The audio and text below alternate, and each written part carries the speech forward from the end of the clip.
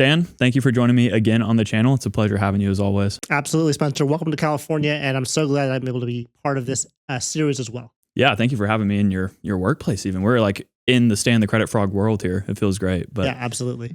Last time we talked on our podcast, we did that back in August of 2023 is when it was released. Back then you had 4,600 subscribers or so and 630,000 views across the channel. Today, you have about 16,600 subscribers and 3.16 million views. First of all, how do those numbers make you feel? I'm going to be honest. I've never actually looked at those numbers like in the way that you just described. Yeah. I just know that my channel has been growing since I've started. And that's really what has been the most rewarding thing about this whole YouTube process. Absolutely. But, the way I see it is that as long as, I give a lot of good value to people and people seem to enjoy what I'm saying and really getting a lot of information from what my videos show, I'm very happy with that. Yeah, sweet. Yeah, I thought it'd be fun to just share that with you. I think I did this with Daniel too, and all of our repeat guests will kind of just do a time capsule. So each time I talk to you, we'll get to kind of look back on the past and see how things have changed. But going off of that, in your own words, for people that may not know you, I think a lot of people know you at this point. Your episode last time was one of the most popular. But can you explain who you are and basically who you make videos for? Yeah, sure. Hello, my name is Stan. I'm the creator for Stan the Credit Frog, and I make credit card content. But really what my specialty is about credit card strategies and advanced credit card strategies. I love talking about setups. I love talking about how to build the best setup. And the thing when I say the best setup, it's always like a tongue-in-cheek moment because there is no best setup, period. There's just the best setup for you. Everyone's lives are different. Everyone's circumstances are different. And so trying to figure out the best card in which situation that would be the best in is one of the biggest challenges that we all have. And I love that challenge and meet it head on. So that's really what I look at.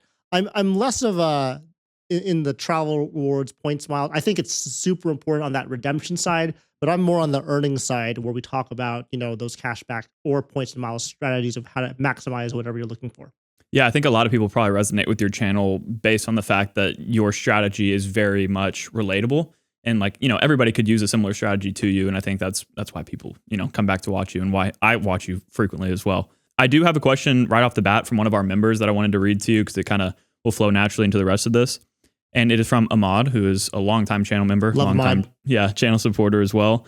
And what he said is, when did he get into the credit card game? Given his experience with medical school and being a doctor, was it during medical school as a way to save money or what? Yeah, so I didn't really start like the game of credit cards until maybe around 2021. That was around when Daniel Braun, I started watching a lot of his videos and I got really into the whole nitty gritty of it. Before that, I just knew that I wanted to spend less than I made. I wanted to have good financial habits. And I want to earn a little bit of cash back or a little bit of points along the way while I'm doing that. I've never been one who have overspent or do anything where I, try to spend more than I needed to. I am very frugal as a person, as I try to be. And that was the same way when I was in medical school as well. Plus, when you're in medical school and in residency, you don't really have a lot of time to do any spending anyways. You're really kind of busy. So what I actually did, which is interesting, is that I actually flew back and forth because I went to school in Boston and then I lived here in California. And so I did a lot of trans-US travel. And so I actually had a United Explorer card for about 5 years or so during my time in residency. And so I actually used that card exclusively, which is, I look back at all the points I could have had and it's kind of sad, but I did earn a lot of United points because everything was on that card. And so I ended up having over like 300,000 United points just from spending. Yeah, it's crazy. Which is insane. Yeah, that's a lot. And over the course of 5 to 6 years. Mm-hmm. But then after that point, I found people like Daniel Braun and I kind of started looking at those channels and realized that I could be doing things better. And so that's kind of how I started to get into the credit card space at that point. Gotcha. And how has your setup so far evolved over that time frame? Because that's a lot of time to be, you first get into the credit card game and then we try to not only build out a good credit card setup at its core, but then we try to really optimize and you get stuck in that points and miles race.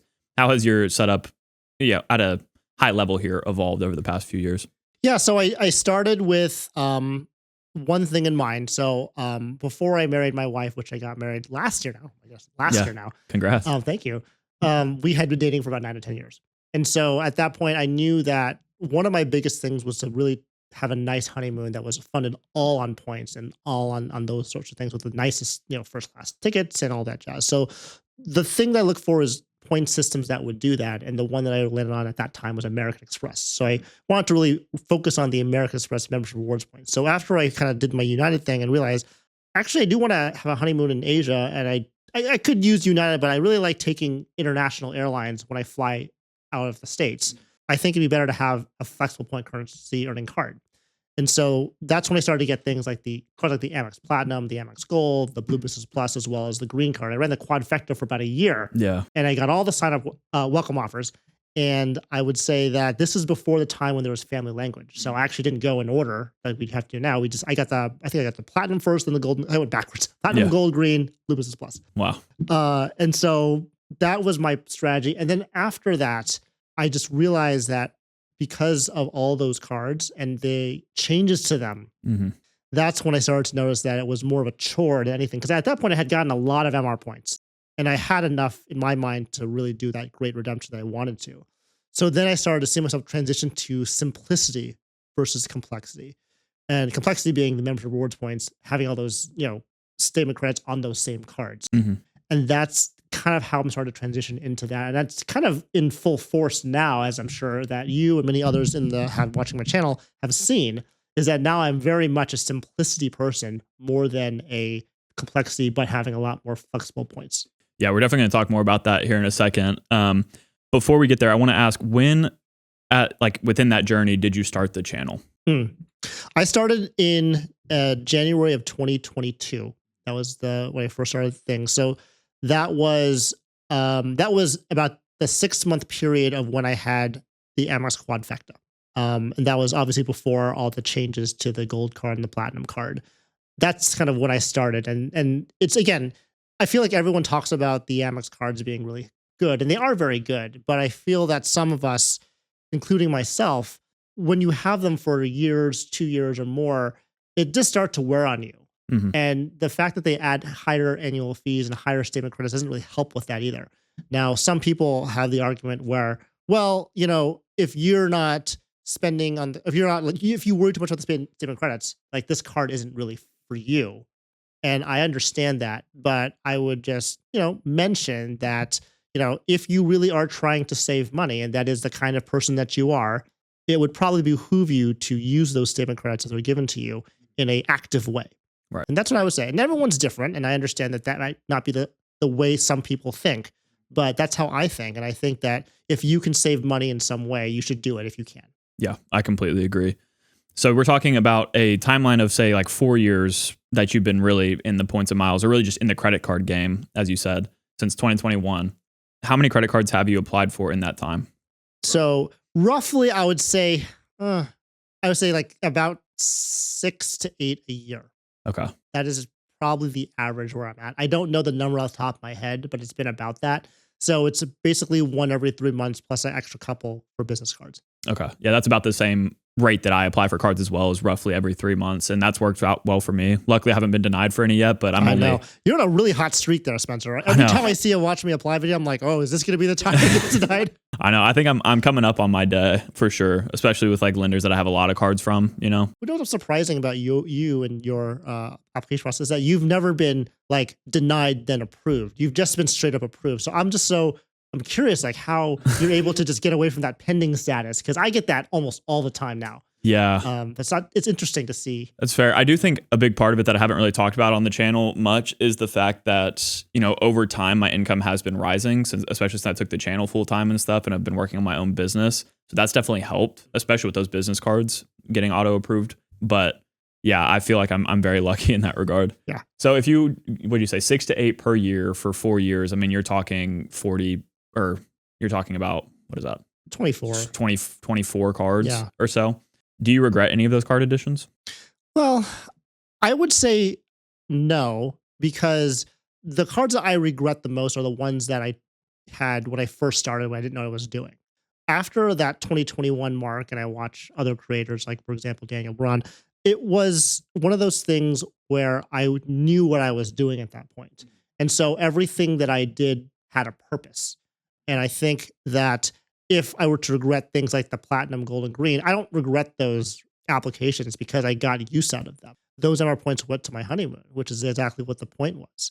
But now that that's over, my honeymoon's done. Like now the next question is what am I saving up for? I don't travel internationally that much. I work a lot. I do domestic travel, but I don't have to redeem points for that.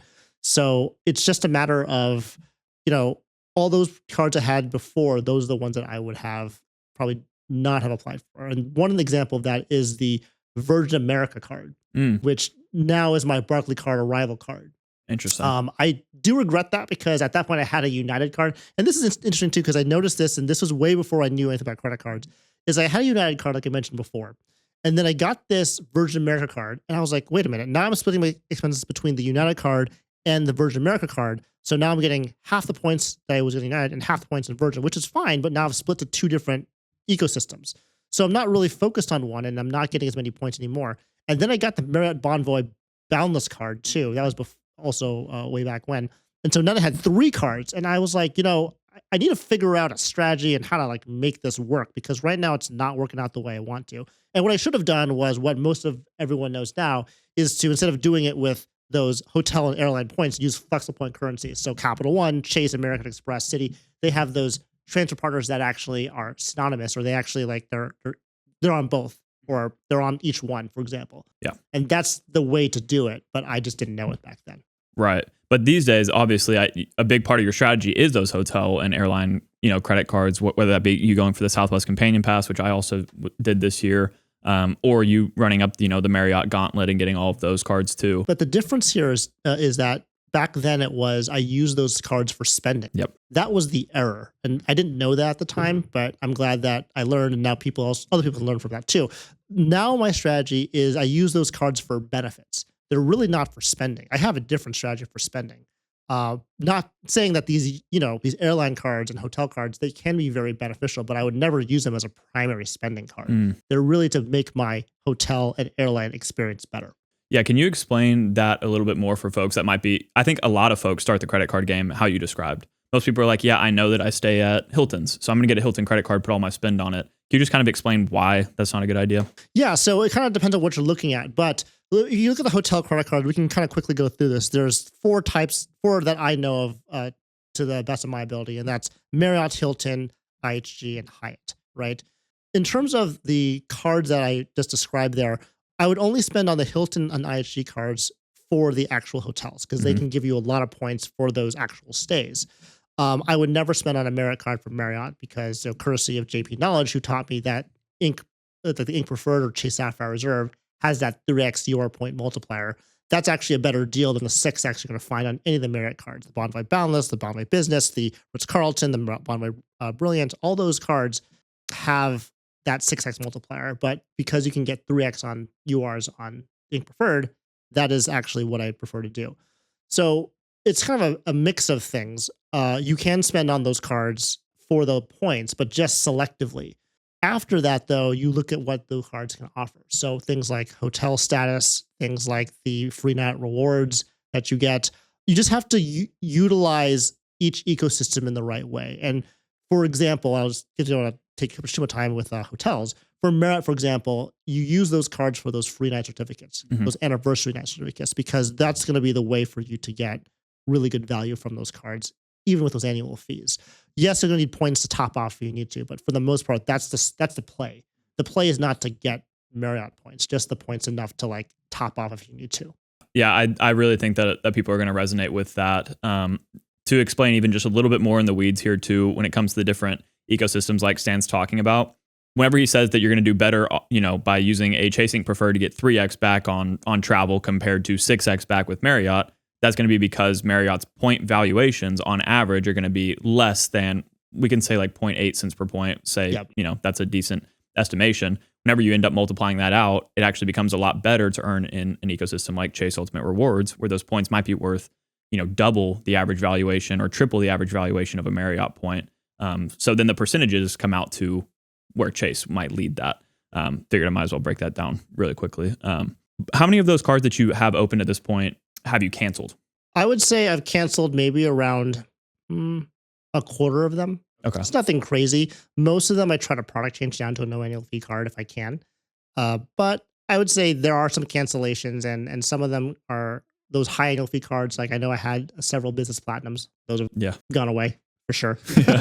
Business golds too. I've had some of those. Those have been gone away as well. So it's just, if I can downgrade to a no annual fee card, I can. I try to, but if not, then they do get canceled. And it's been around that number. Okay. And what makes you end up canceling a card? Aside from, obviously, I think the big one would be not using the card's benefits. But yeah, I guess what's your thought process whenever you look at your cards every year? How do you decide which ones are going to be leaving? Well, I mean, the no annual fee cards, I just kind of keep them because why not? It doesn't really hurt anybody.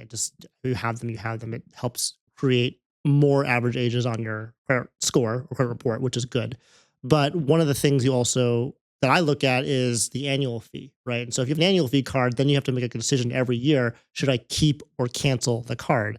And so, of course, if you don't use it, that is one reason why I would cancel. Another reason is that if it is just not getting you the value or the strategy you want anymore, then that would be a good reason to cancel it. Because I really don't want to have a bunch of cards like floating around everywhere, just not doing anything, right? I think a lot of people have a lot of cards that overlap in their multipliers, they overlap in their benefits, and there could be a way to be more efficient about it. So for me, every card in my setup has a unique purpose, and I try to keep it that way. The only exceptions are going to be those no annual fee cards that I keep just because they're old cards. But other than that, if you have an annual fee and you're not, doing anything for me, you're out. Gotcha.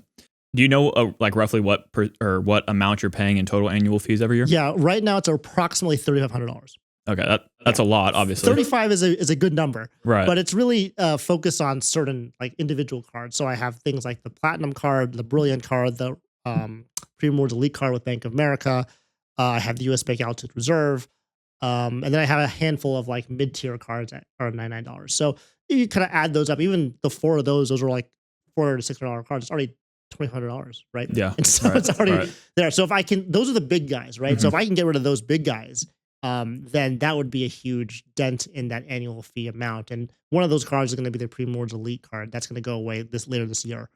But again, it's always going to be one of those things if I'm going to keep or cancel it. And we'll see with the Platinum. The Platinum has surprised me, actually. So I may keep that one this year. Nice. Okay. Yeah. So for the average card user, I would imagine that they're kind of sitting here like $3,500. Like there's a lot of people that refuse to pay any annual fees. Can you give a quick crash course on how you're even able to justify those cards, like giving some examples maybe? Yeah, I mean, no one likes the word effective annual fee or that phrase. I love it. I think it's great. So that's just, I'm glad that we're on the same page with that. Right. But it's a matter of seeing like what the value is that you can get, mainly through either statement credits or through the values you get from the card. So if you look at things like, for example, the Platinum card has a lot of statement credits. You may not use all of them, but if you do use some of them and you do actually get value from them, that does count. And so it is prepaying for a benefit. But then you have the other benefits that come with the card too. Like you have, all the different, like Hilton Gold, you have Marriott Gold, you have, benefits for premium travel protections. You have all these things that you can use that are more intangibles. Mm-hmm. And so I think that's the way to look at it when you kind of look at, is that card giving me that value or not? Yeah. What card do you think gives you the most positive value every year out of your high annual fee ones, maybe particularly? I would say the one with the most is the US Bank Altitude Reserve by far. I mean, that card gets hammered with my spending. Like I hammer so much spend through that card. I get so much positive value from it.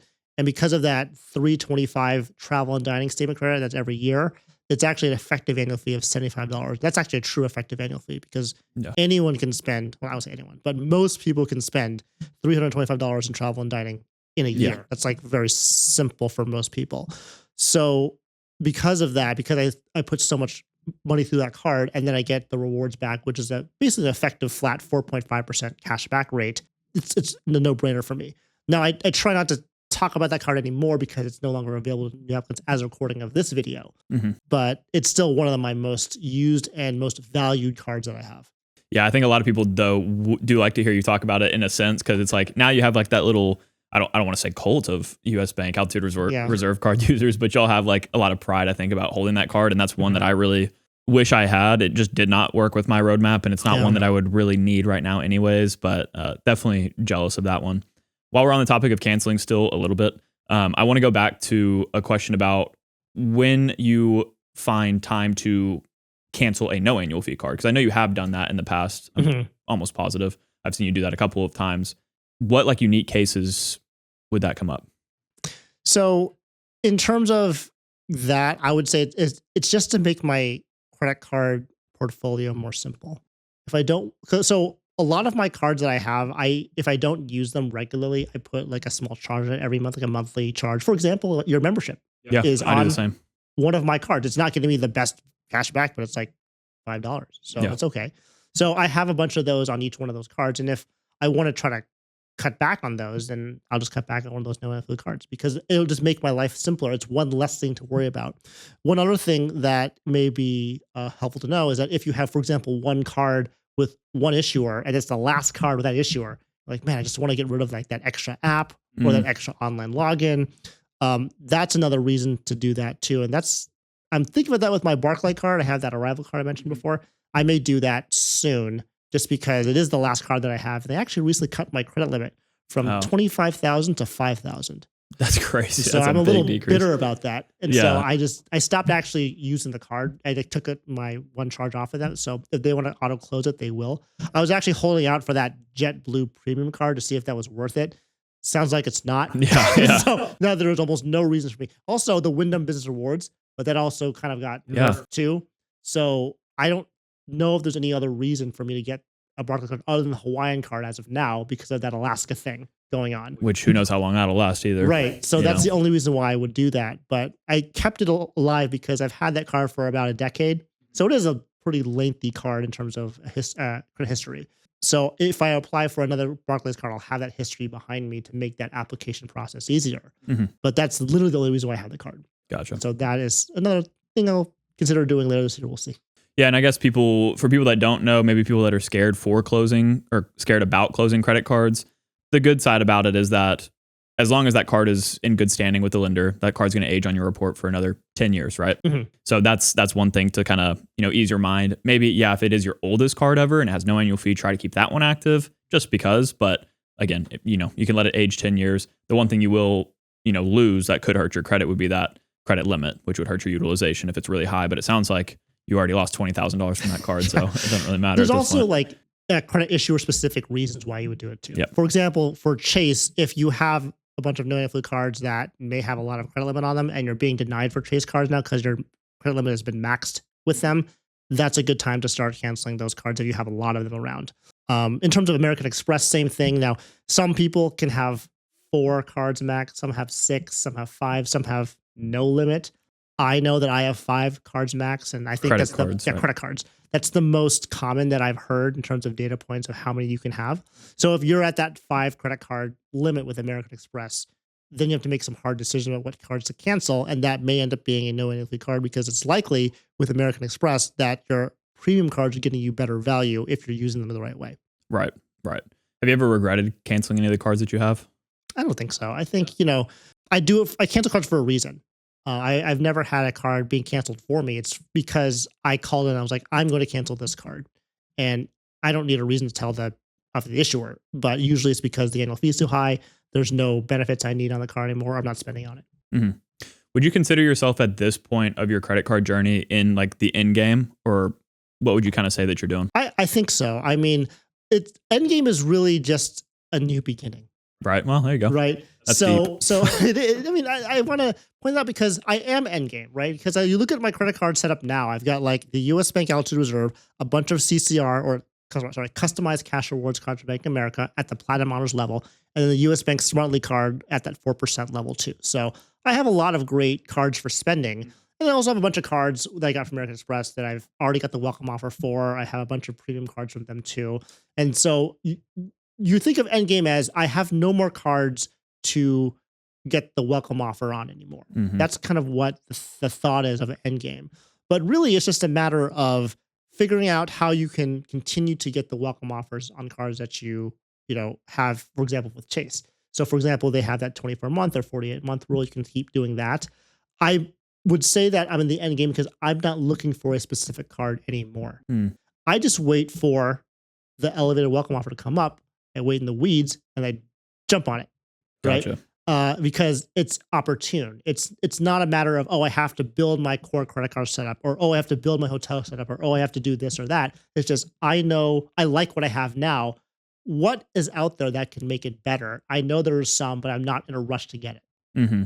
Yeah, I think you see some people, that almost never reach the end game in a sense where they're chasing offers until they have 75 credit cards. And Yeah. so it also is definitely dependent on what strategy you want to And implement. by the way, that's actually a really good strategy too, because they're getting a lot of value and a lot of good stuff with all those cards. Right. But that's only for a certain type of person, right? That person really isn't me. I really like to have simplicity in my life because I have other things in my life going on that I need to deal with. And while I love credit cards, I want to keep them as simple as possible, but enough to get me the value that I want. And so it's just another piece of that financial puzzle that we all have to figure out for ourselves. Yeah. How would you say that you've, properly transitioned from that more sign up bonus hunting game to an in-game setup? Because, I think a lot of people that are stuck in the hunting game get to a point where they start getting denied from different lenders and, they haven't planned properly to, stay in line with all of the lender's rules. So how did you go about that? So you set a limit to yourself, right? And people don't like saying set a limit to yourself, but I would say it's important because you have to know where you're at. So for example, I get this a lot is like, I want to get 5 Ritz-Carlton cards, which is by Chase, by the way. And with those Chase Ritz-Carlton cards, you can have, 185K free certificate every single year. And so if you have 5 of them, you can generate 5 of them every year. But the thing is, do you stay every year at 5 85K type places every year and can you deal with that every year and redeem them in the right way? Yep. Maybe the answer is yes. And pay those annual fees. Exactly. But maybe the answer is no. Maybe you want to do something else, right? Maybe you are okay with 2. So I have the Bond by Brilliant and the Ritz-Carlton. That's 2 85K free night certificates. That's enough for me for 1 year because I want to stay at Hilton's and IHG and other hotel brands if I need to. So I'm not just doing that with Marriott. I want to diversify a little bit. And so there's other credit cards out there that are also very good, like the Hilton Aspire, the Hilton Surpass, or even the IHG cards are very good too. And so then they come with their own free night certificates. So how often are you really staying out in a hotel for all, to meet all those benefits? Right. You just have to make that catalog for yourself. And some people, they're like, yeah, I can very easily do that. But some people are like, no. And so for me, the answer is 2 is probably enough for me at the 85K Marriott level, in addition to what other FNCs I'm getting from other hotel brands. At what point do you think this credit card hobby becomes more like an addiction? Well, like all addictions, it's when you spend more time in it than what's supposed to be important to you. Mm-hmm. Like you start to spend more time in it, more than your family, more than your friends, more than your job. It really should be a hobby. Mm-hmm. It really should be that, because credit cards are great and we all love them, as you and I know, but they come from banks that aren't your friends. And so I think you have to understand that as well. And so if you feel like it's really all consuming your life, then I think that you may want to take a step back and just figure out first if that's the right path you want to go down. Mm-hmm. Yeah, I do think, it might sound like a crazy question to some that watch our channels that are very, casual users, but I do think it gets to a point sometimes where it's like, there's no way you could even physically use all the benefits that you have on these cards. And it can become a little bit more all consuming, but I think that's a great point too, just to kind of really analyze yourself frequently to see how, if you're actually working towards any specific goal or if you're just doing it to do it. You know what I mean? What is your why these days behind the credit card game? Really, the why is about getting back the most value I can from the spend that I'm already doing. That's it. I have a core credit card setup that works for me.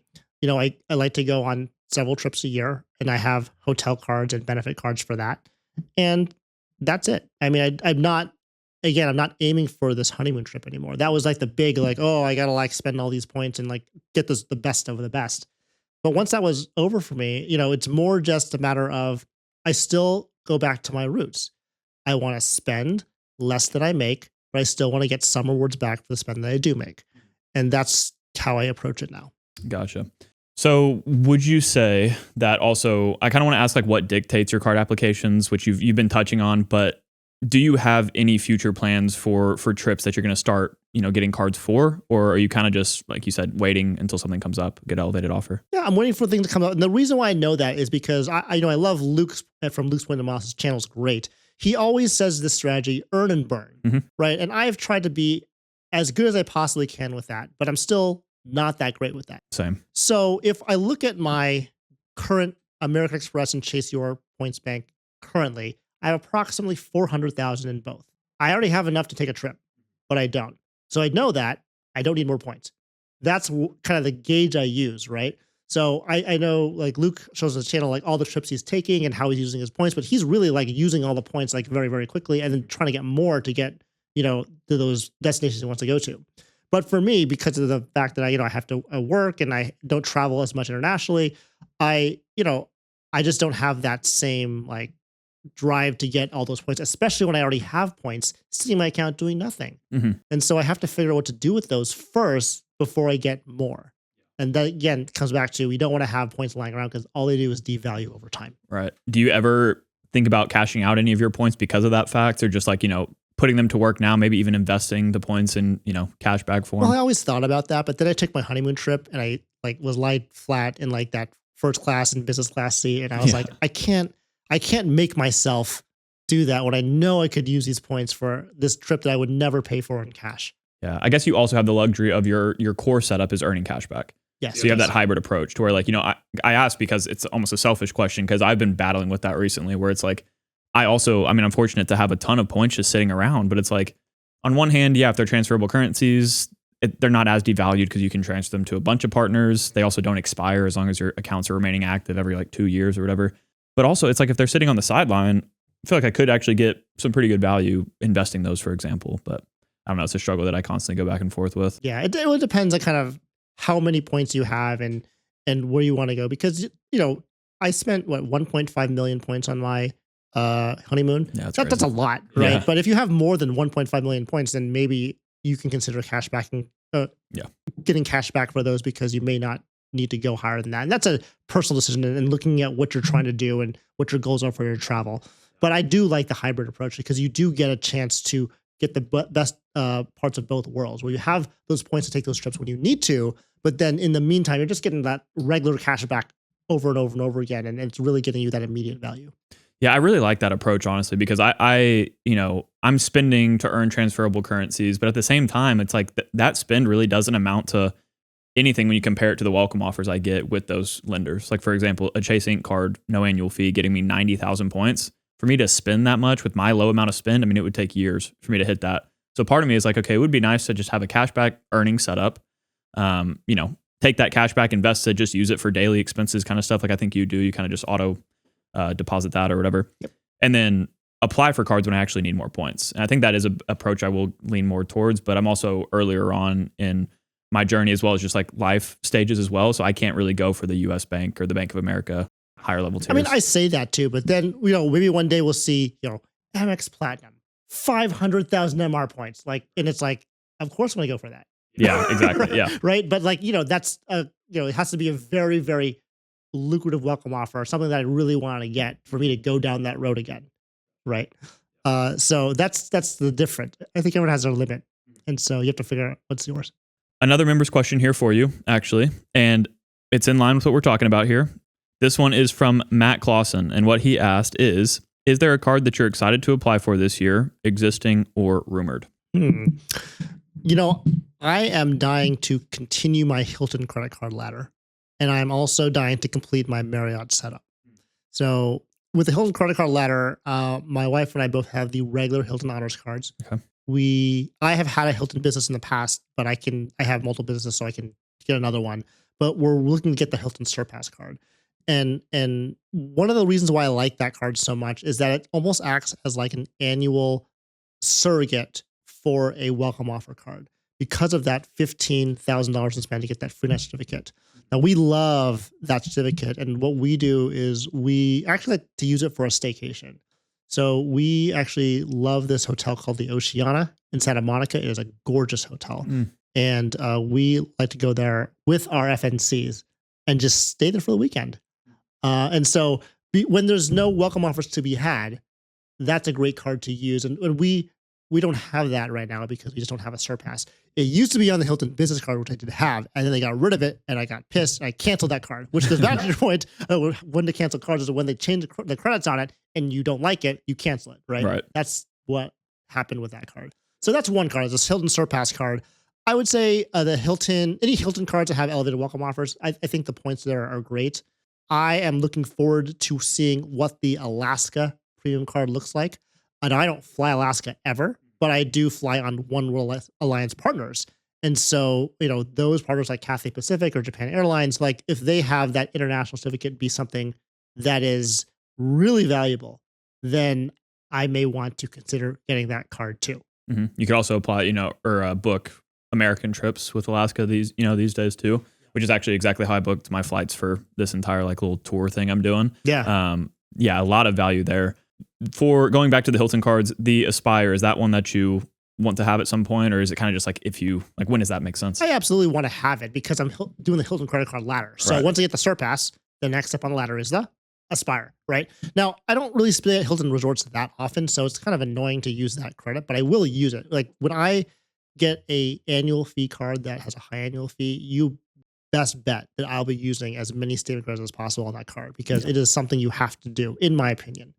So I will want to have it. I'd love to have Hilton Diamond status. I've never had that before. But Hilton Gold has been great. I mean, having that $25 food and beverage credit per person, up to 2 people per day, is ridiculous. Yeah. And that's in gold. That's not even diamond. I remember you had that whenever we had the creator meetup in Vegas and we were staying at the Waldorf and I didn't have that. And I was like, well, shoot, no breakfast for me. I'm not spending $50 a day. Are you Hilton Gold yet or not yet? No, I'm going to go for the business platinum in like a month at the time of recording. And then, so hopefully I'll have it then if I get approved, but it is one of the most valuable benefits by far. Yeah. So once you get it, you can't go back. I know. And that'll also upgrade my Marriott status as well because I only have silver right now with my Boundless, which doesn't really do much, but gold helps a little bit. It helps a little bit. I would say obviously Hilton Gold is a lot better. Yeah. Just for that food and beverage credit. The thing about Marriott is that a lot of they have such great properties, but they're so expansive that a lot of their properties aren't consistent. Like some give you these benefits and some don't, and it's hard to tell which one does what. And depending on what city you're in, it's going to be different. Hilton, I find to be more consistent across the board. And so when you go to Hilton, you will have that food and beverage credit, whereas that's not going to be the case. Even with Platinum Elite status with Marriott, you don't necessarily have that at every hotel because not every hotel is going to offer that. So that's where it gets a little bit tricky and confusing, and that's how you get Bonvoy too. Okay. Speaking of the Marriott stuff, you talked about the Hilton, how you're going to complete that. What's left for your Marriott strategy? Yeah, so the Boundless card is the last one for me. Okay. You've had that card before. I right? have. I product changed my Bonvoy Boundless to a Bold because I was not using the Boundless for a time. And then I took that Bold and took it to a Ritz-Carlton card. And that's where it's existed since then. Okay. So I think for me, the 235K and 285K fresh certificates are where I want to stay at. So that means obviously the Bonvoy Boundless, the Bonvoy Business, the Amex Brilliant, and then the Chase Ritz-Carlton. So those are the 4 cards I want to stick with. Obviously having the 285Ks is great for that weekend stay. The 35Ks, I found a lot of value in. This is going to be like me being old, but I don't really like driving to an airport in the morning to go on a flight in the morning that's early. I'd rather just stay next to the airport and just, be comfortable and not have to rush. And especially my home airport's LAX. That place is a disaster. Yeah. Which I don't know if you've experienced that coming in. I flew in. Yeah, it wasn't too bad. The rental car situation was annoying. Yeah. Yes. So I'd like to give myself as little stress as possible. And so those 35Ks are great because you can use those for airport location hotels to stay at before your big vacation, your big trip. I've found a lot of value with those. And so that's why I like having at least some of those around. Gotcha. At this point, what team do you consider yourself on? Travel, cashback, or something else? I think people would probably tell me, look at me as team cashback. Okay. I think that there should be more types of teams. I think team hybrid is another thing. It should be a gradient, not a one or the other. Because I do a lot of travel things too. Like I have a lot of points with Hilton, IHG, and Marriott, and MXMR, and Chase UR. So I have all that stuff too, and I will use them for eventually, hopefully, first business international class flights. Oh, sorry, first business class international flights. Yeah. So I'm kind of both. But the thing is, like you mentioned before, like my strategy is mainly just cash back on an everyday basis. I don't really look to earn points on my average spending. Yep. It's only if I say to Hilton, I'll get like a Hilton card for that. Or if I get flights, I use my Amex Platinum card for that. Yep. Right. It's very specific and targeted spending to get the max amount of rewards from those travel cards. But on a day-to-day basis, it's just US Bank Altitude Reserve for Apple Pay, and then the Smartly card for everything else, and then the customized cash rewards cards for their 5.25% categories. For me, it's online shopping and gas, and hopefully soon restaurants, because I'm going to get my third one once I downgrade my Premium Rewards Elite card to that customized cash rewards card. Yeah, that's great. 4 to 5.25% back on every purchase. Yep. Yeah, that's wild. That is wild. That is the way to go, in my opinion. Yeah. I was going to ask you exactly how, just bumped my face there, exactly how you earn enough points to do the travels that you do. And you say that you focus your spend on your travel cards. When you say that, do you mean like your daily spend, or are you just talking welcome offers? In terms of what? Can you repeat the question? Like whenever you're trying to earn enough points to travel in the ways that you do, because you are on team cashback earning wise for the most part, but you travel quite frequently, I would say. I mean, for, more than the average person probably, especially even for work. But yeah, so I guess you said that you focus your spend on those travel cards in order to like really boost the earnings there. Is that from like daily spend, or is that from welcome offers alone? Just welcome offers alone. Okay. Also, you could also purchase points too. I only do that for Hilton and IHG, but ultimately I don't really, unless I have a specific goal, like, I want to go to Asia on this date. Then if I look at my point totals and they're not up to par yet, then I have to start spending on those travel cards to get the points that I'm looking for. Makes sense. But I have not yet been in that position yet. And even at that point, spending on the card is nice, but really how you get there is through welcome offers, because that's going to get you the best amount of spend or return on spend that what you're looking for. So if you can find a targeted elevated welcome offer, that's what I would go for instead, as opposed to trying to figure out how to build a setup that will just plink every so often with those spending categories. Just get cash back and move on with your life. Yeah, that makes a ton of sense to me. How you said that you don't frequently buy points. When does that play into your strategy, if it has so far? Yeah, so I think it comes down to, for me, I've heard a lot of good things about Aeroplan, so I got to look at that more often. But I heard people say that Aeroplan's really good, so that's one thing I may consider in the future. What I currently do is Hilton and IHG, and there's two reasons why I do that. So the Hilton cards, or with Hilton, they have this thing where it's, if you book 4 nights with points, you get the 5th night free. And with IHG, it's similar. If you book 3 nights, you get the 4th night free.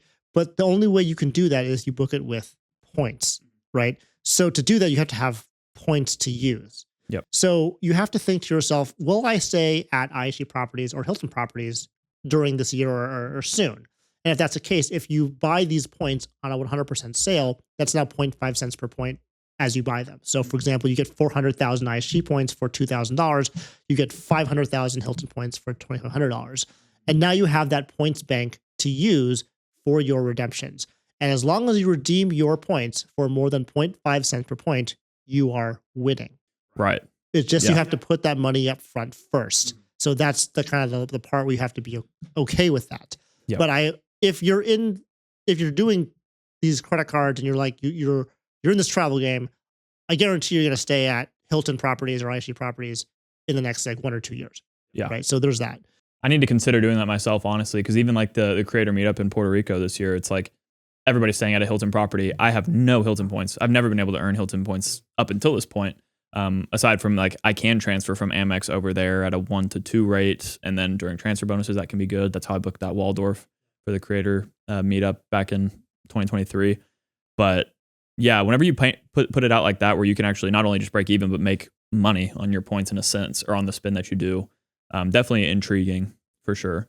What points currencies out of all the ones that you've earned in do you see yourself using the most and always needing more of? In terms of point currencies, I would say it's hard because it's always going to be between Amex membership rewards and Chase Ultimate Rewards in terms of what I need more of. Mm-hmm. I mean, those are the ones where you can really transfer them to those first class, business class, international redemptions, and, really pay for a dream vacation with points that you would never, ever book in cash. It's like the thing that is, it's unobtainable. But with points, it's now obtainable. And the reason why I say that is that if when I booked my honeymoon, we booked Singapore first class. Those seats cost $10,000 per seat. And then I had to bring my wife, obviously. Yeah. So that's $20,000 in spend. Like, who's going to spend $20,000 on a plane ticket if we're not super rich or anything? Like, if you're super rich, obviously. But if you're not, then it's not feasible to do that. It doesn't make sense. But you can do that with these Amex Membership Rewards points and Chase Ultimate Rewards points, as well as the other ones too. But for me, my wife and I, we like to go to Asia. And so those ones have the most favorable redemptions to Asian airlines. So Gotcha. that's why we like those ones the best. But it's always a toss between those two. Okay. What about domestic trips? We've talked a lot about the international. How do you, I guess, earn enough points to travel domestically if you even choose to use points? I for mean, that? I fly Southwest so much. Okay. Yeah. I don't know if I want those points or need more points, especially because I have the companion pass for this year and next year, and so do you, which is really cool, by the way. Yeah. Yeah. So we're gonna enjoy that for a little bit, and that's another great strategy to use is to get the 2 credit cards that we have talked about on our channels, like the personal priority and the business performance, and then add those welcome offers together in January, and then get that companion pass very simply for the next 23 months. Yep. Perfect. Mhm. So I don't know if there's a point system for domestic travel that I would do, but that would be the closest one I would think because I don't really fly in the other airlines that much, and that's just the way I travel. It's just where I'm located versus where I'm going, and so because I have the companion pass now, I only really want to fly in Southwest because I want to just use that companion pass every single time I possibly can. Yep. So that's what I would say for that. And then you use the hotel cards to earn points there. So basically, you're covered for free with your domestic travel with just Southwest, the companion pass, and those hotel cards. For me personally, I travel a lot domestically, mostly domestically, and the Chase Sapphire Reserve has been a killer card for me. Yeah. But while you're talking, I was sitting there thinking, like, if I'm getting, 1.5 cents per point for those redemptions, Mhm. you have the US Bank Altitude Reserve, you're effectively getting the same thing in a sense, and you're earning the same exact rate that I would be, getting 3x Chase Ultimate Rewards points redeemed at 1.5x compared to cashback on the US Bank Altitude Reserve. So that's another, reason why I'm like, man, that card is so powerful, but got to be really hoping they bring that one back. But yeah, I just kind of was sitting there like, wait a minute, the math works out to where you're doing the same exact thing with the cashback setup that I kind of am with a lot of my Chase points, as I talked about recently. Yeah, I think I redeemed like 500,000 I mean, don't sell points. yourself short because that is a great thing on the Chase Sapphire Reserve. It is, yeah. Because you can use those EUR points for domestic travel. And if you have a family, that's a great way to redeem those points.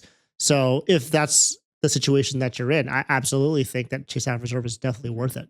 Yeah, especially with the lounge access. That's the biggest thing too. I mean, unfortunately, I'm losing the Sapphire Lounge in Austin, which that actually makes it to where I could very much consider having the Altitude Reserve over the Reserve or the Sapphire Reserve in that case. But yeah, that's a big thing too. I will note about the portals too.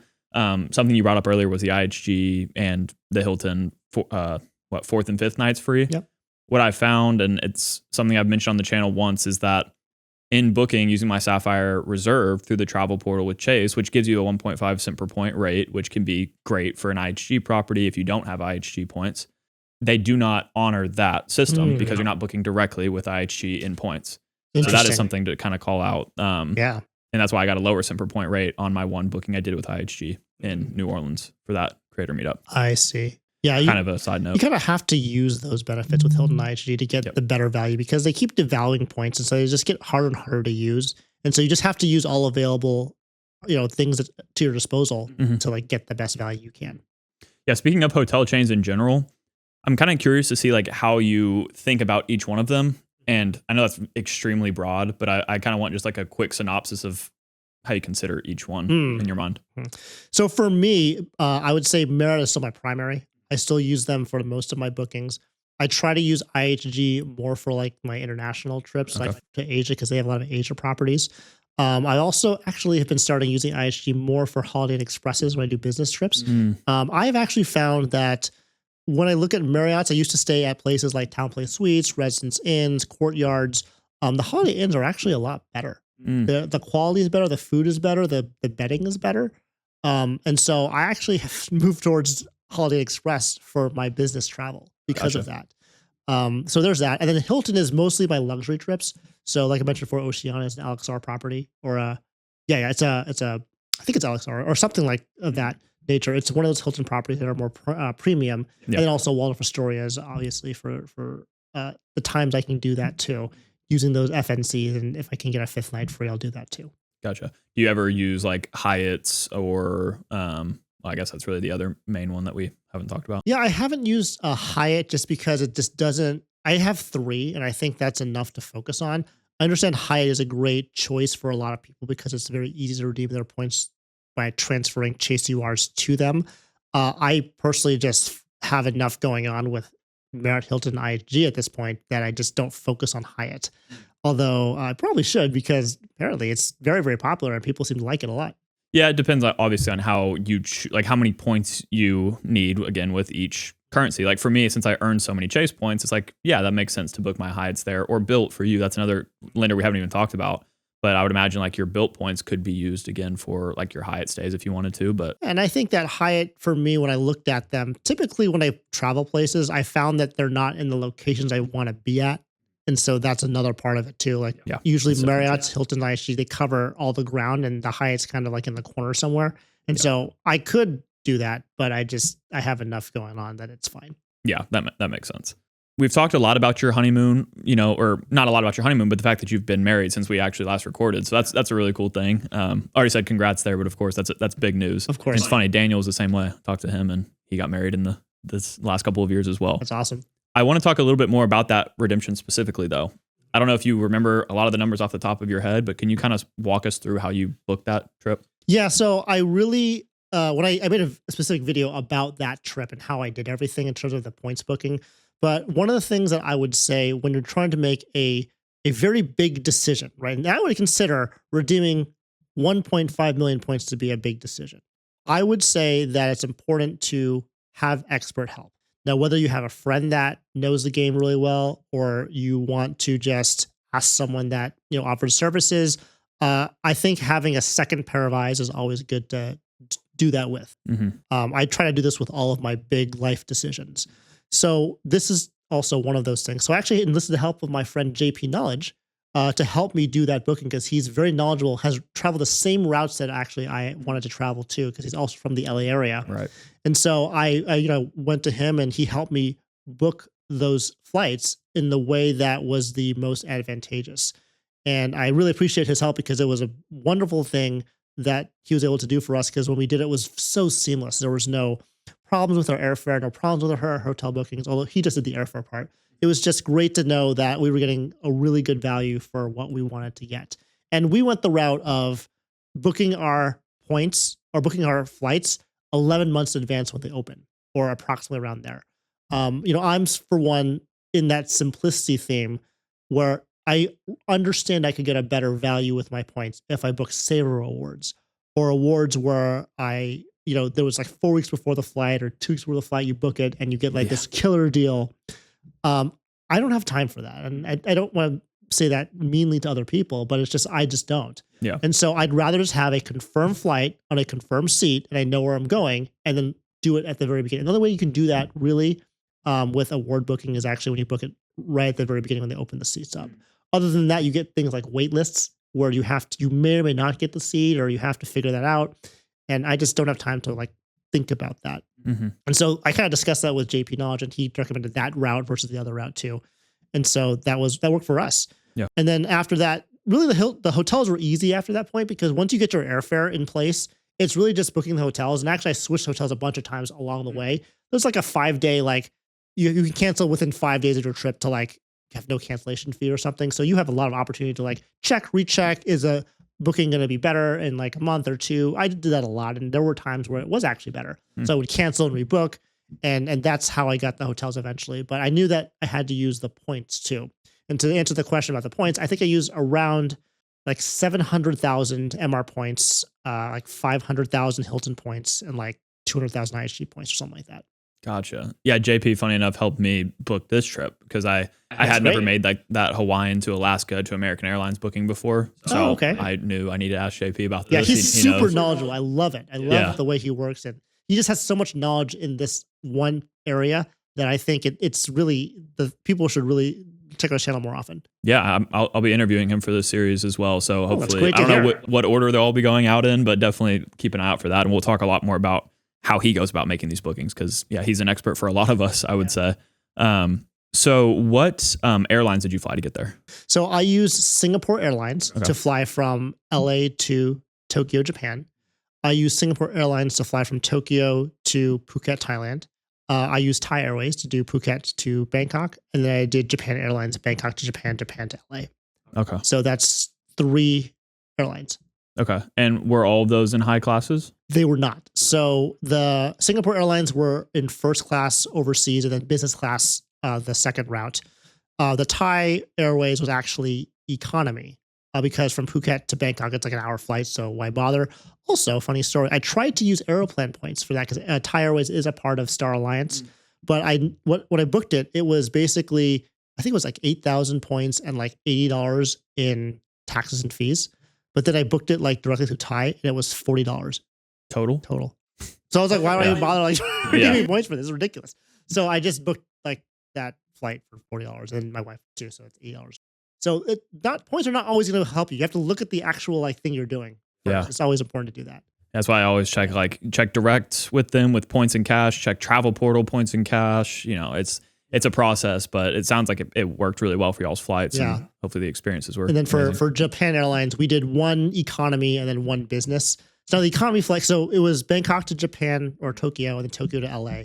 The Bangkok to Tokyo was economy. And I figured that I could save some points because, you know, it's an overnight flight. It was like 9 or 10 o'clock at night. You could fly over to Japan at like morning. Mm-hmm. That was not a good decision Yeah. because the day that we landed in Japan, actually, we went to Tokyo. We went out of the airport, spent a day in Tokyo, and then came back to the airport and flew home to LA.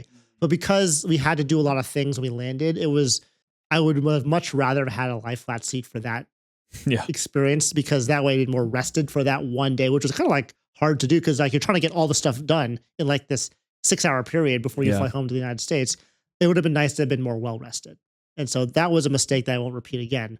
But the flight back home from Tokyo to LA was in business class, and that was really nice. As for the hotels, you mentioned the currencies that you used to book those, but what like kind of were they all resorts? Were they some economy, stays here and there? Or like what do they all look like? No, they were all resorts. Okay. Yeah, they were the top tier Balling hotels. out. Yeah, we did Ritz-Carlton Tokyo. We did the IHG Intercontinental in Phuket. And we did the Intercontinental in Bangkok. And those were just all fantastic hotels. Yeah. So Ritz-Carlton was 5th night free. The Bangkok hotel was 4th night free. And then we had the 2-night just stint in Phuket. Okay. And what does that add up to? How long were you gone? It was about 10 or 11 days. It's hard because I have to look at back because you do lose a day. And the travel. Then you gain a day when you come back. It's one of those things with Asia. And so we were gone for about 10, 11 days, I think, total. Mm-hmm.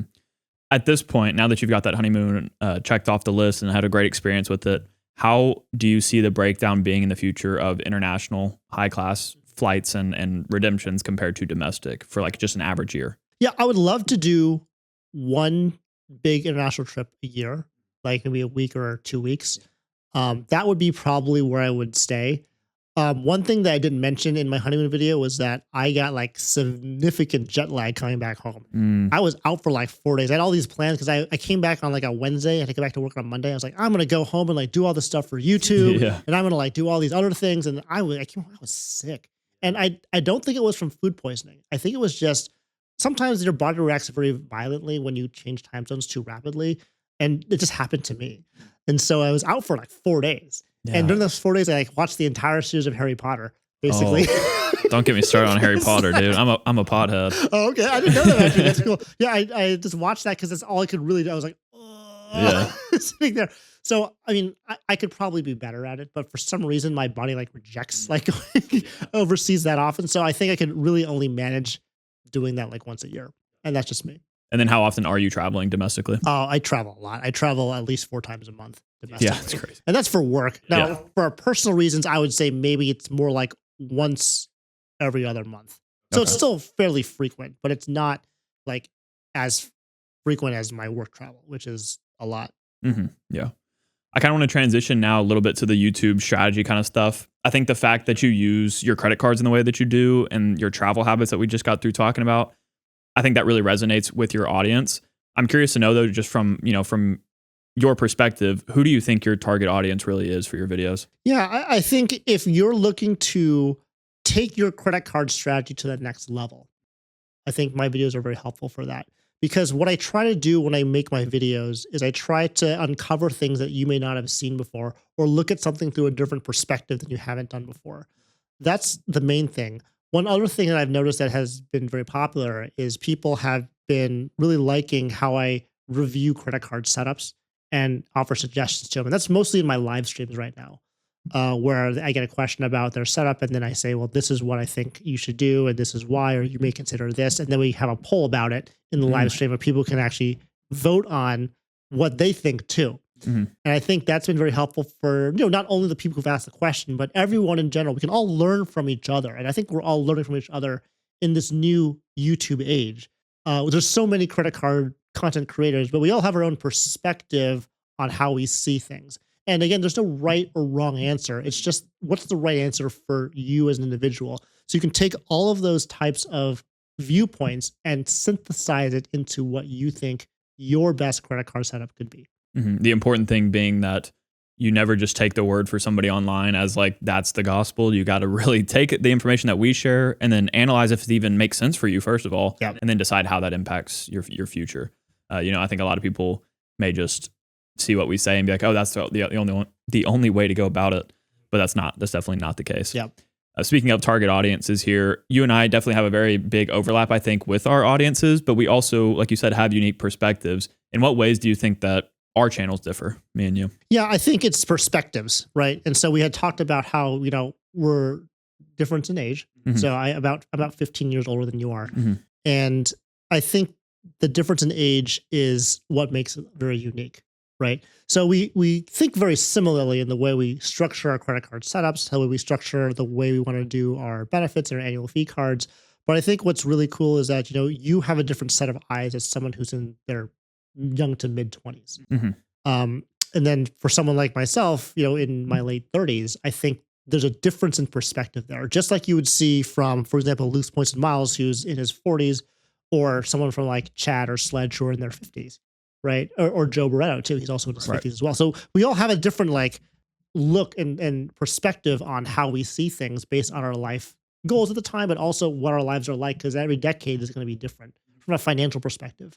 Yeah. And so I think that's the biggest reason why we have a difference in what we see is just the life experiences. Yeah, I completely agree. I think it's really good that we can take that, I can learn from your life experience and vice versa. Obviously it's kind of weird to maybe learn from somebody younger, but in a sense, like we have that different perspective. And that's the beauty of YouTube, I think, is that we get to hear it. Well, the only way we could learn about the internet was looking at the younger generation, right?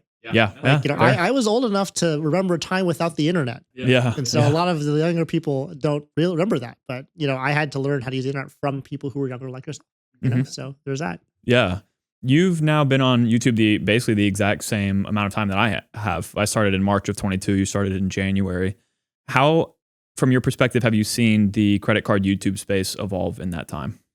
Yeah, it's an interesting question. So it has evolved a lot since we started, and it's actually evolved when we started from even a year or two before we started too. I think that we have seen YouTube grow into this machine where it's a very easy to enter system, right? So there's a lot of creators that are great, and there's some that are maybe not so great, but there's still content out there. There's so much content. In 2022, there really was a lot of content, but compared to now, there's so much more credit card content, out there. And what I noticed is that, I remember we had this, group of friends that you and I and some other people, like, for example, Matt Welter and like Anthony Venture, Calby Ng, and, Eric Gao, all these other people, we all started at the same time, and so we really tried to help each other out, give ourselves some advice, watch other videos, comment and like and all that fun stuff. And then, we also had other individuals join as well in terms of becoming new content creators. And I remember to myself in 2022, I was able to watch everyone's video, comment on them, like, and all that jazz. But as new people came and there was more creators there, it just became too overwhelming for me to watch everyone's video. I couldn't do it anymore because we all have so much time in the day to do something. And so that's when I realized that, we have to start picking the people that we resonate the most with. And, it's not that I don't support other creators. I try to be as best I can, but from a realistic perspective, this goes for me and everyone else. There's only so much time in the day that we can devote to doing that. And so if we see like a good video that we resonate with, then of course we're going to watch it. But I think that's kind of where we're at this point, is we have to start figuring out, how can we all maybe work together to create good content for everyone so that we can really move this credit card space forward. Yeah, and it's more like we have to figure out the complementary style of videos. I think one of the issues with, there being so much content is that a lot of times people feel like they've seen that video before, if that makes sense. Yes. But if you're able to bring like your unique perspective in a situation and package it in a way that appeals to the audience, I think that's where we differentiate ourselves. One other thing is live streams have become much more common. I remember it was just a new thing when, we first started. I wasn't the first person to start live streams. I can't remember who the first person was specifically, but I know Luke was one of the first for sure. Yeah. I think I followed closely behind him, but then all of a sudden there was an explosion of live streams, and now that's all over, and for better or for worse. But it's just, there's so many lives you can attend. Yeah. And so you do the best you can. But I think we have to figure out a way also how to make these live streams much more constructive for everyone. Yeah. Can you talk more about the live streaming side of things? Because you've done a really great job. You're somebody that I look up to when it comes to formatting a live stream in a way that it can be basically just chopped up into normal videos. Like you have very delineated sections in them, and I really enjoy that. And your highlight videos, yeah, they're highlights because they're from a live stream, but they are like dedicated video topics, which I think is really good. Can you just talk about your strategy? Well, it's, you want to have good planning, right? And so going into the live stream, I already know that that's how I'm going to structure it. And so I have to figure out, what topics can I talk about that will be good for a single video that I may not want to do like an actual full length video on because I don't have time or there's something else going on. So I really just plan ahead for that. And I think one of the big things about my live streams I try to do every single time is how can I deliver the most amount of value for the viewers because they're there. I want to make sure that every second of that live stream is something that is valuable to them. Mm-hmm. And so you can tell that, when I do those presentations towards the end, the second half, or I guess first half or so in the live streams, I really put a lot of effort into creating those slide decks to make it as high yield and high dense information as possible so you can get something out of it, so that when I do clip it up into a highlight reel, it actually does work well on its own video. And I understand that people don't want to watch a 2-hour live stream. That I get that, because just for the reasons we've mentioned before, there's only so many hours in the day. You can't really spend your whole day watching everyone's live stream. So maybe there's a way for you to take something that you think is super valuable and you can just give it to them in 15 or 20 minutes. Like that's kind of the idea that I had with that. It's been working out very well, actually, and people have liked it so far. And so I'm continuing to improve and make that better. And I'm always thinking of ideas of trying to how I can make that more valuable to all the viewers that are in my live streams. What do you think the forcing function is for you to have even wanted to start live streaming? I think part of it is being better on camera. And I think it's tongue in cheek because like we are on camera now, but it's not live, but it's a different type of speaking skill, right? When you're doing this sort of thing, you can make errors, you can omit things, you can cut, and people don't see it ever, and you can present a polished work. And sometimes that's the best thing because you can deliver a really polished video that doesn't waste anyone's time. However, in live streaming, like you have to really know your stuff.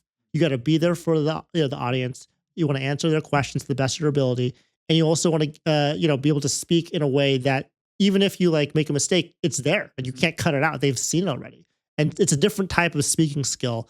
And for me, for example, I use teleprompters still for my long form videos because it's just the fastest way for me to get things done.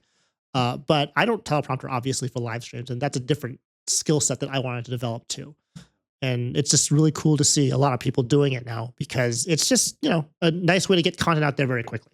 That's a good point too. And it's like, I think on the backhand though, it kind of weeds out, it's weird to say because like, I think everybody in our space is very knowledgeable, but it really shines a light on if you know your stuff or not. Yeah. You know what I mean? Like, so whenever that's why I do live streams too. Cause I feel like I can answer, questions about credit cards off the top of my head, no problem these days.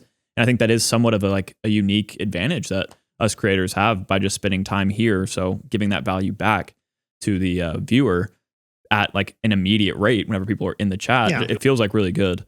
Going back to just like the overall YouTube space and it being pretty crowded, I think Daniel has a great, thesis on oversaturation in the sense that nothing is truly ever oversaturated because like you said, I mean, people pick who they resonate with the most and maybe they will resonate with somebody new compared to one of us, and that's how this whole thing works.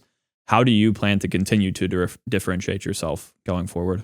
Well, for me, it's just a matter of doing what I already do.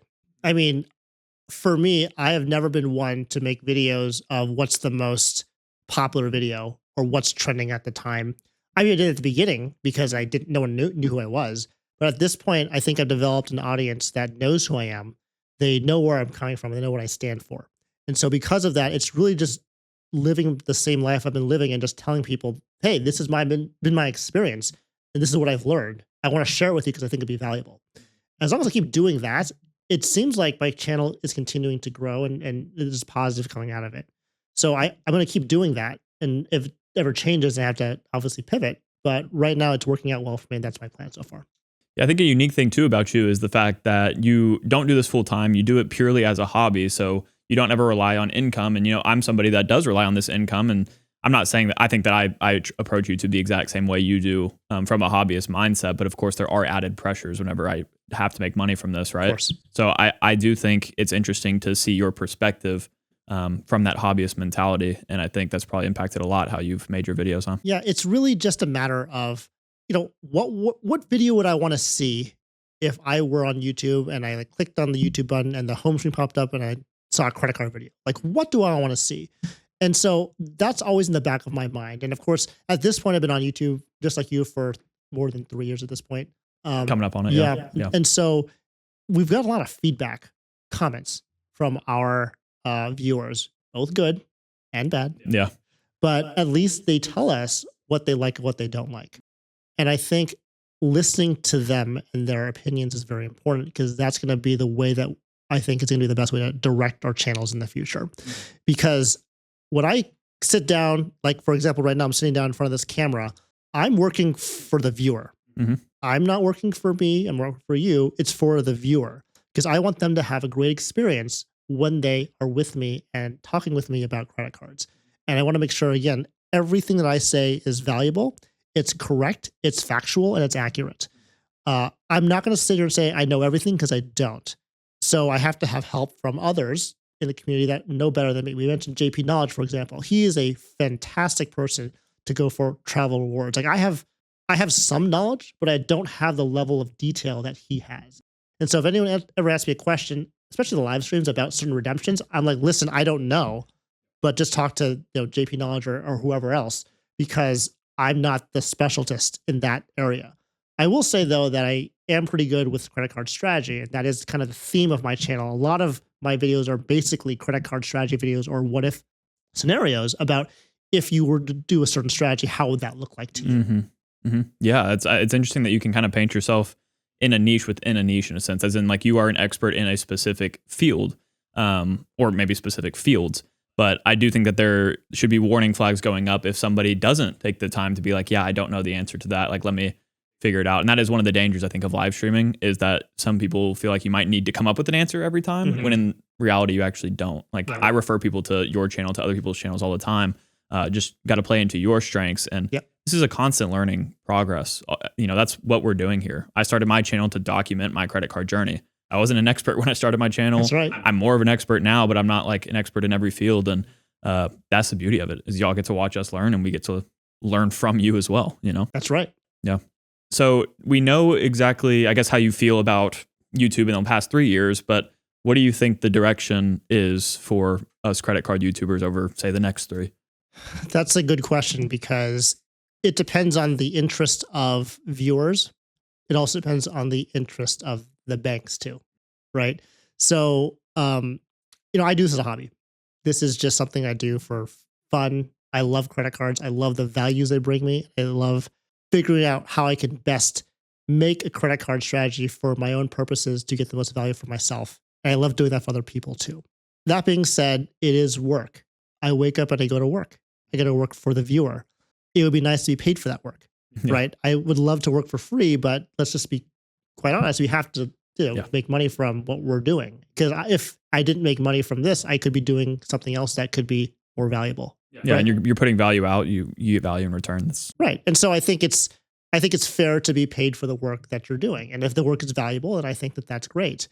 But if things start to be different, and YouTube is always an ever-changing machine, right? Right now we have YouTube AdSense, we have the affiliates, we have branding. It all depends on what they want to do, right? But ultimately, if if we as credit card creators can identify ourselves in a certain way that makes us unique, like you mentioned earlier, you can be agnostic to all of that. Mm, And yeah. so I think that's going to be the next stage, the next frontier that all of us go through, is figuring out how we can make ourselves in a way, or not make ourselves, but how we can figure out how we are uniquely unique between one another instead of just being the same credit card video over and over again. Absolutely. Yeah. I have found that, the best return on investment when it comes to like idea generation, for example, is not necessarily watching videos that have already been made, but spending time thinking about, for one, what's going on in your personal life, or even taking inspiration from, other niches. And that, I think that's like the key to our space being successful, is not just remaking the same video across 50 channels, but each 50 channel having a different topic they talk about every week. Yeah. I know that's a danger whenever you're starting out. You want to, take inspiration from the channels that are making videos that are working right now. But I've said this, I think, in every interview I've done so far, but the best you can ever hope to be, if you do, fully just kind of copy somebody's idea or video, is second best. You're not gonna, you're not gonna be better than the original. Yep. So that uniqueness is really going to become more and more important, because, over the next few years, there's not going to be less people making YouTube channels. There's going to be a lot more. Right? Absolutely. Yeah. So for those aspiring or, new creators in the space, what general advice would you give them? So the advice I would give them would be just consistency. And I know that's like overused and people say that a lot, but it's really about the reps you take, right? And so, we all have videos on our channels that we made 3 years ago. We thought they were really good. Yeah. Not good. We also have videos on our channel 1 year ago that we thought were really good, and they're not good. And now we have videos on our channel now that we think are pretty good. And 3 years from now, that's going to be, we'll look back at these videos and it's still not going to look good for us 3 years ago. So the point I'm trying to make is that the more reps you take, the more ways you can troubleshoot things that make your videos better. And you won't even know that until you do it. You don't really know what you don't know. And that's one of the things we talked about earlier, was about having extra help or hiring a second pair of eyes or an expert consult. The thing is, sometimes there are situations where you just don't know what you don't know. So by doing these reps, by making more videos, by being consistent, whether it be like, once a week or like twice a week or once every other week, just have a schedule for yourself to make sure that you are learning consistently. Because that way, if you have that many at-bats, you're going to be able to troubleshoot a lot of things. And also, one thing I think you mentioned last time that we had this question a couple of years ago was try to find a group of like-minded individuals like yourself to bounce ideas off of. Sometimes YouTube can be very lonely. It's you in front of a camera just talking. But if you have a bunch of friends that you are with, and you can like bounce ideas off of, and you can film with, or you could like do collabs with, that makes it so much more fun and so much more social. And I think it does also do a good thing with the community too, because you can see how there's two perspectives on one topic, and there's different types of skills for videos too. There's long form, there's short form, there's live streams, there's these podcast type of videos, there's like game shows, there's like discussion panels, there's all these types of videos that you can do, and they all require different skill sets. And so just by doing these things repetitively, you'll be able to be the content creator that you would want to be in the future. Yeah, the content creator you want to watch as well. Exactly. It's like the Marquez Brownlee approach, right? Where he makes videos that he would want to watch himself. Yeah. And that's like kind of everything at the end of the day, the central point. I know that you do this, like we mentioned, alongside a full-time job. So for people that are looking to start a channel, or they're new to it, they're likely working a full-time job as well, or maybe they're in school, what have you. What have been the biggest levers that you've been able to pull to stay as consistent as you have been and grow your channel, very consistently as well over the past 3 years? There's one simple answer to that, and it's make time. It sounds crazy, because when you first are doing your full-time job and you're trying to work through your life and like figure out what to do, it never seems like there's enough time to do something. But then you realize that you're wasting a lot of time without realizing it. There was some sacrifice too, right? If you have a full-time job or if you have a family or whatever situation is, there's going to be some sacrifice in terms of, I don't play video games anymore. I used to play video games all the time. But I think back to myself, and this is kind of more of a, someone who is older than you talking. I look back at myself in my 20s and I think to myself, all those hours I played video games throughout that whole decade, which was great, by the way. I had a lot of fun. I had friends over. I, did a lot of great things on video games. But what I noticed was at the end of that video game, what did you accomplish? You beat the game. Right. Okay. Maybe exactly. Maybe. But had I put that time into something more productive, like building a business, like you, Spencer, like building a business, where would my life be now? I always think about that. That's one regret I have that I didn't even know was a regret until I got here. And I think that that's something that I would say to someone who has a situation where you're working a full-time job or in college or you have no time. You can make time. You can cut something out of your life. If you have the passion to do something, you can do it. Yeah, absolutely. Yeah, it's such great advice. Auditing your time in general is such an important thing to do. I have to do that with my business today. It's like, the videos, I used to make one video a week whenever I started this. And it was, first of all, extremely difficult alongside a full-time job, which is why I applaud you for being able to do it. And I think you're really smart in doing the live streams and cutting them up and having that like backlog that's so nice. But even, today I'm also posting one video a week, and tasks do fill up the amount of time that you give them. So I'm constantly evaluating my time and seeing where I can, put more effort in to get the highest return. And obviously I think my videos have gotten much better over the past 3 years, and that time has been well spent. But yeah, I really have realized even now to this day, whenever I am doing this business full time, that I have so much time that I could make if I wanted to. That's exactly what this trip has shown me as well. You have a lot of time also because you have not a lot of responsibilities. Like again, when you're younger, you have a lot more tolerance for BS. Yep. Like you can, sleep on the floor. You can stay out until like 1 a.m. Like that hurts for me now. I can't do those things anymore. I can. It just hurts a lot more than I used to. Yeah. Makes sense. So I think a part of that is just understanding yourself, like we have talked about this whole time, and just figuring out for yourself, what can I do and what are my priorities, and how can I get the things that I want to be done as efficiently as I can, but also looking into the future, and would my future self be happy for what I did today? So good. Are there specific skills that you've really, learned and have given you a lot of return on investment that you would recommend people focus on first now that you've been doing this for a while? In terms of YouTube? YouTube. Yeah. Or personal, either way. I mean, doing YouTube has been one of the most, I would say, educational experiences of my life, and it costs me nothing. Actually, it pays me, which is insane. I'm getting paid to learn. And that's something that I didn't realize that could happen in YouTube, but it does. And so I've become a much better public speaker.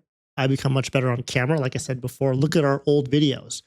It's like ridiculous how bad they are. Yeah. And I even privated some of them because they were so bad, but I kept some up just because, they want to leave some on there. Yeah. It's inspiring. It's just unreal. But yeah, I think those skills, if you want to be better at your job in terms of if you do a lot of presentations, this is a great way to build up those skills. Even if you record a video and no one's watching, just the fact that you're doing all of that really helps build those skill sets of talking to an audience. Obviously, tech stuff, cameras, audio, software. That's been a big thing too. I knew nothing about videos or lighting or microphones or anything until I did YouTube. And that's another section, and also just the fact that YouTube is a business, it's a hobby, certainly, but it's a hobby treated as a business, right? This is something that I do because I'm passionate about it and I want to give a lot of value to the viewer, but I also run as a business because I want it to be profitable. Right. And so that's always the balance. And, like you said, for me, it's a hobby. So I don't have to have some of the, I want to say restrictions, but I don't have to think of some of the things you have to think about when you do your content.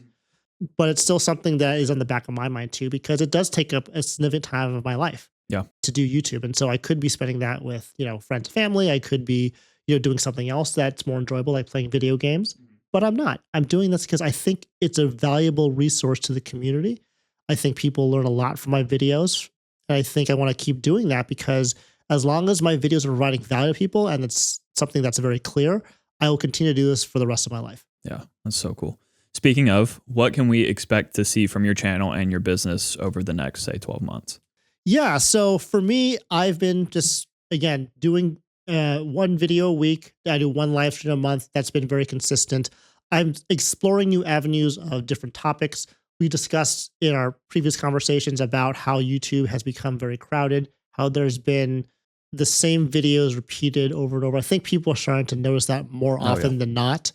And so trying to find that unique flair, that unique different type of video is going to be a challenge. And I'm still working on that. I don't know what the answer is yet, but it will come up. It'll be very clear because you, the viewers, are going to tell me what that's going to be. You're going to tell me, Stan, this is what I want you to do. I want to see this.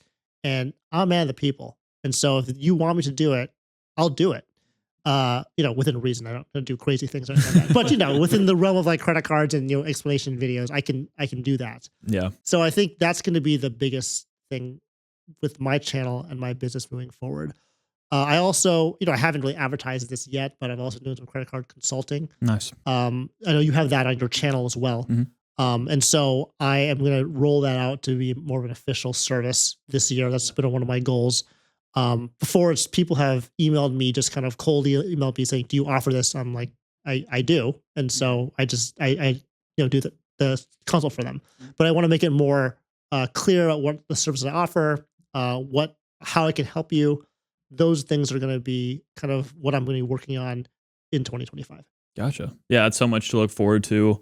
I know those consulting, calls have been, even for me, like I've learned a lot from those and doing them. And, I'm excited to see how you manipulate that to fit your audience, and I think we can all do the exact same, kind of business strategies, but again, with our unique perspectives, that makes it valuable for each of our audiences. And yeah, I, for one, am excited to sit on the sidelines and watch your videos and keep, commenting and enjoying the process of you and your channel. But yeah, again, I want to thank you for joining me. I think everybody got a lot of value from this conversation. I hope carried by you, of course, but yeah, thank you again for having me in your office and everything. Oh, of course, Spencer. It was great to see you again. I had a great time in this conversation, and I hope we can do this again real soon. Oh yeah, it's going to be so fun to see the snapshot of where you were today compared to a year from now. So yeah, funny story. We actually, before your last conversation with me, we actually did one when we were eight months old on YouTube with me, you, and Matt Welcher. Oh yeah, that's still on my channel. I forgot it's about that. It's you in your bedroom. Mm-hmm. And like my 2 houses ago or something. Yeah. So that's, if you want to see Spencer really young, it's on my channel still. Check it out. Oh my gosh. Yeah. Gosh. Well, yeah. Again, great time having you here, Stan. And hopefully you all enjoyed it, and we'll catch you guys next time.